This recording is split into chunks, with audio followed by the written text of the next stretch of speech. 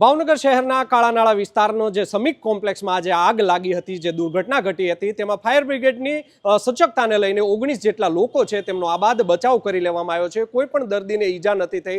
તેમાં જો વાત કરવામાં આવે તો 7 બાળકો અને 12 જેટલા મોટા લોકો છે તેમનું ફાયર બ્રિગેડ દ્વારા રેસ્ક્યુ કરી લેવામાં આવ્યું હતું. સાથે જો વાત કરવામાં આવે તો આજની દુર્ઘટના ઉપરથી રાજ્ય સરકાર હોય કે ભાવનગરનું તંત્ર હોય તેમણે પણ જાગવાની જરૂર છે. સાથે જો વાત કરવામાં આવે તો ભાવનગર ફાયર બ્રિગેડ પાસે 10 જેટલા ફાયર ફાઇટરો છે. ભાવનગરનું તંત્ર છે તે 11 માળ સુધીની છે તે મંજૂરી આપે છે, પરંતુ ભાવનગર ફાયર બ્રિગેડ પાસે હાલ જે સાધનોની જો વાત કરવામાં આવે તો તેમાં 4 browser, 4 fire tender, 1 mini fire fighter તથા 1 ફાયર બુલેટ તેમજ એક special ERV emergency response vehicle છે.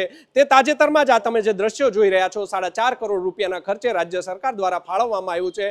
પરંતુ લાંબા સમયથી આ જે સાધનો છે, જો મોટી દુર્ઘટના સર્જાય, હાઈરાઇઝ બિલ્ડિંગોમાં દુર્ઘટના સર્જાય તો ત્યાં જે TTL નામનું જે લેડર જે આવતું હોય છે તેની તાતી જરૂર છે. અવારનવાર ફાયર બ્રિગેડના અધિકારીઓ દ્વારા પણ રાજ્ય સરકાર પાસે તેની માંગણી કરવામાં આવી છે. છેલ્લા 5 વર્ષથી તેની માંગણી કરવામાં આવી રહી છે, પરંતુ કોઈને કોઈ રીતે રાજ્ય સરકાર દ્વારા આ વ્હીકલ છે તે ફાળવવામાં આવી રહ્યું નથી. સીધા જ તમે જે દ્રશ્યો જોઈ રહ્યા છો ફાયર બ્રિગેડ ઓફિસ ખાતે હાલ અમે ઉપસ્થિત છીએ. જો ભાવનગરમાં હાઈરાઇઝ બિલ્ડિંગોમાં આગ લાગે તો માત્ર 3 માળ સુધી જ ફાયર બ્રિગેડનો જે સ્ટાફ છે તે પહોંચી શકે તે પ્રકારની હાલ તેમની પાસે સુવિધા છે. પરંતુ રાજ્ય સરકાર દ્વારા જો જે ભાવનગરમાં TTL લેડર નામની જે ફાયર ફાઇટરની માંગ છે તે પૂરી કરવામાં આવે તો ગમે ત્યારે મોટો દુર્ઘટના સર્જાય તો તેમાં રેસ્ક્યુ ઓપરેશન કરવામાં ખૂબ જ સફળતા મળી શકે છે. આ મામલે ભાવનગર ફાયર બ્રિગેડના જે અધિકારી છે, ફાયર ચીફ ઓફિસર છે પ્રદ્યુમનસિંહ જાડેજા, તેમની સાથે જે સીધી છે તે આપણે વાત કરીશું. શું કહી રહ્યા છે પ્રદ્યુમનસિંહભાઈ? આજે જે ઘટના બની છે, ખાસ કરીને આપણી પાસે કેટલા વ્હીકલો છે અને હવે TTL વાહનની કે કોઈ કેટલા વાહનોની આપણે જરૂર છે? આપણે વાહનો તો ઘણા અધૂરા છે, ઓછા છે. એમાં આપણી આગળ 10 વાહનો છે અત્યારે, અને આપણી આગળ ERV 1 છે. આપણે TTLની ખાસ જરૂરિયાત છે. એમાં અત્યારે જે ભાવનગરમાં શહેરમાં કોર્પોરેશન વિસ્તારમાં બિલ્ડિંગોની હાઇટ લગભગ 45 સુધીની મંજૂરી આપે છે, મીટર સુધીની, અને એના માટે TTLની જરૂરિયાત છે. જેની બાબત ધ્યાને લઈને અમે દરખાસ્ત કરેલી છે, સ્ટેટ ફાયરને દરખાસ્ત કરેલી છે, અને GSDM વિભાગને પણ અમે અવારનવાર કમિશનર સાહેબની સાઇનથી અને સ્ટેન્ડિંગ કમિટી દ્વારા ઠરાવ કરીને પણ અમે દરખાસ્ત મોકલેલી છે.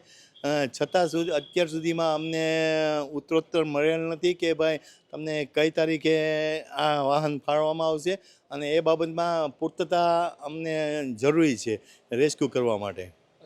ખાસ કરીને પ્રદ્યુમનસિંહ, આ જે TTL વાહનની આપણે જરૂર છે તે શું કામ આવતું હોય છે, તેનો ઉપયોગ કઈ રીતે થતો હોય છે? આપણી જે માંગણી છે એ અલગ અલગ પ્રકારના TTL હોય છે. આપણે માંગણી છે એ 62 મીટરની TTLની માંગણી છે. 62 મીટરની સુધીની આપણે રેસ્ક્યુ કામગીરી કરી શકીએ અને એમાં ફાયર ફાઇટિંગ પણ કરી શકીએ. કેટલા સમયથી આપણે રાજ્ય સરકાર પાસે આ જે માંગણી છે તે કરવામાં આવી છે? 4-5 વર્ષથી આપણે દરખાસ્ત કરેલી છે. ગાંધી સાહેબ વખતે પણ એના સાઇનથી આપણે કમિશનરશ્રીની સાઇનથી આપણે દરખાસ્ત કરેલી છે. એ ઉપરાંત ઉપાધ્યાય સાહેબ વખતે પણ આપણે દરખાસ્ત કરેલી છે, અને ઠરાવ કરીને પણ આપણે દરખાસ્ત માટે માંગણી કરેલી છે. પ્રદ્યુમનસિંહજી, આજે જે સમીક કોમ્પ્લેક્સમાં આગ લાગી છે, તમામ હોસ્પિટલો ત્યાં આવેલા છે, ત્યાં હવે કઈ પ્રકારના પગલાં છે આપણે ફાયર બ્રિગેડ દ્વારા, અથવા તો હવે શું તપાસ કરવામાં આવશે? એ બિલ્ડિંગની પણ કોર્પોરેશન વિસ્તારમાં જેટલી બિલ્ડિંગો છે જેમાં હોસ્પિટલ છે આવેલી છે એનું બેઝમેન્ટ ચેક કરવામાં આવશે, અને બેઝમેન્ટમાં જો આવું કાંઈ દબાણ હશે કે કોઈ પણ પાર્કિંગ કરેલું વસ્તુ હશે કાંઈ અલગ અલગ ગેરકાયદેસર રીતના, તો એને દૂર કરવામાં આવશે. ખાસ કરીને પ્રદ્યુમનસિંહજી, આજે જ્યારે નવજીવનની ન્યૂઝ ટીમ દ્વારા આજે જે આગ લાગી હતી તે પાર્કિંગમાં જવામાં આવ્યું હતું, ત્યારે મોટા પ્રમાણમાં કાગળોના જથ્થા ત્યાં પડ્યા હતા. સાથે જ અનેક ગાડીઓ છે તેઓને પણ આગ લાગી છે. સાથે વાયરો છે જે વીજળીના તે પણ ઝડપતા નજરે ચડ્યા હતા. તે મામલો આપણા ધ્યાનમાં આવ્યો છે? આપણે અત્યારે જે સ્થળ તપાસ કરી છે, અમે ફાયર ફાઇટિંગ પણ કરેલી છે અંદર બેઝમેન્ટમાં જ ઘૂસીને. એમાં પાર્કિંગ એરિયા હતો એટલે તો વાહનો તો હોય જ, બરાબર. એનો પેટ્રોલ ડીઝલને હિસાબે પણ આગ વધારે હેઝાર્ડસ થઈ ગયું. અને એ ઉપરાંત કચરો ઉપરના બિલ્ડિંગમાં રેસિડેન્શિયલ નથી પણ કોમર્શિયલ વિભાગના અલગ અલગ હોસ્પિટલો, લેબોરેટરીવાળાએ જ્યાં જે કાંઈ કચરો હતો એમાં પાર્કિંગ કરેલું હતું. પાર્કિંગ એરિયામાં વસ્તુઓ મૂકેલ હતી જે દૂર કરવાની સૂચના આપી દીધેલ છે, અને આવા તમામ બિલ્ડિંગોને અમે ચેક કરીને અમે સૂચના આપશું. પ્રદ્યુમનસિંહજી, ભાવનગરને એક મોટું કલંક લાગતા આજે રહી ગયું છે. ફાયર બ્રિગેડના જવાનો દ્વારા સમય સૂચકતા વાપરીને તમામ લોકોને બચાવ કરવામાં આવ્યો છે. કેટલા લોકોનો બચાવ કર્યો છે? કેટલા બાળકો હતા અને કેટલા વડીલો હતા? 19 માણસોનું રેસ્ક્યુ કર્યું છે અને આપણે 19માંથી આપણે 12 માણસોને આપણે શિફ્ટ કર્યા છે બીજી હોસ્પિટલમાં. એમાંથી 5 બાળકો હતા અને 7 મેન અને ફિમેલ હતા, બરાબર. એનો રેસ્ક્યુ કરેલ છે અને 5 માણસોને કોઈ તકલીફ નહોતી, કોઈ એને રજા આપી દીધેલ છે. એટલે એ ટોટલ 19 માણસોને આપણે રેસ્ક્યુ કરીને બહાર કાઢેલ છે. અચ્છા પ્રદ્યુમનસિંહજી, આજની જે ઘટના ઘટી છે તેમાં ફાયર ફાઇટરની ત્યાં જે સિસ્ટમ લગાવેલી હતી તે ચાલુ હતી કે બંધ, અને આને કોઈ એનઓસી આપણા દ્વારા આપવામાં આવ્યું છે? બિલ્ડિંગને સિસ્ટમ ચાલુ હતી અને આપણે એનઓસી રિન્યૂ કરેલી જ છે, કન્ટિન્યુ છે. આની પરથી આજે હવે પછી આપણે બીજા અન્ય જે કોમ્પ્લેક્સો છે તેમાં ચેકિંગની કામગીરી કરવામાં આવશે કે કેમ? તમામ બિલ્ડિંગો જે હોસ્પિટલો છે, બરાબર, કોમર્શિયલ બિલ્ડિંગો છે, રેસિડેન્શિયલ બિલ્ડિંગો છે, એમાં કોઈ પણ બેઝમેન્ટમાં કોઈ પણ દુરુપયોગ થતો હશે તેને અટકાવવા માટે પ્રોસેસ કરવામાં આવશે.